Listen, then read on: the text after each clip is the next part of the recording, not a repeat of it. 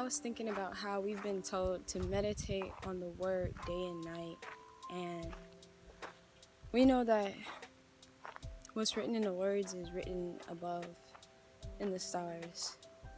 That's why it says, um, just pray that the Most High's will be done on earth as it already is in heaven. Some people talk about as above, so below, whatever. These things have already been assigned to happen, events that occur in our lives.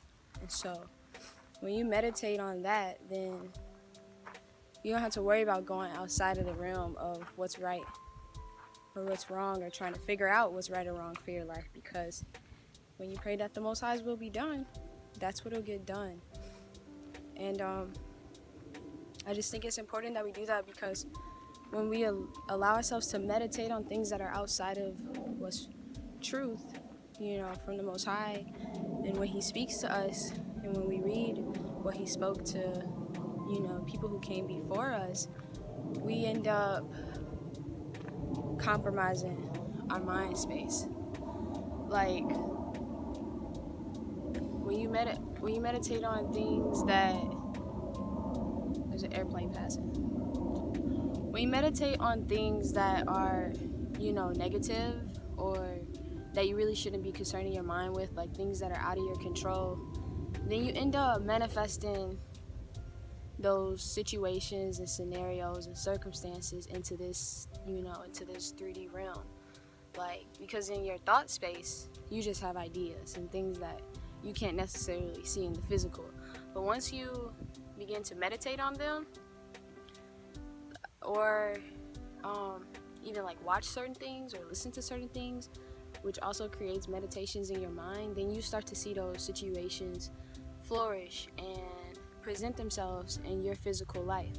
Like, a lot of times people will ask, like, why is this always happening to me? Why is this, why I can't find good people, to surround myself with, or why do I always attract these kind of men? Why do I always attract these kind of women, or whatever? Or why do I always get put in these kind of compromising situations? It's because you had to change your meditation. You have to change what you're meditating on, because when you do, you will start to see changes. That's like creating something. You create what you want. When you're the artist and you had an image in your head, you make it physical.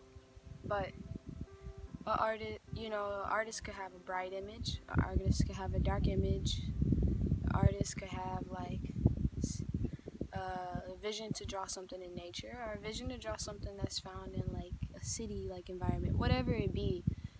The point is, you gotta control what you're meditating on, because your mind is like a garden, and what you watch, what you think about daily, is what you plant in that garden, and that's what you water, and that's what you manifest, and that's what grows. So this is something I'm practicing, and the people around me are practicing this, and I advise you to surround yourself with people who are practicing this, and that you practice it in your own life, and see the results. See what grows in your life, and see what stops growing. See what dies. Because it said we got the power of life and death in our tongue. So you can speak life and think life to the situations you want to see happen, and then you can speak death. And you can see what dies. The things that you don't want to continue in your life.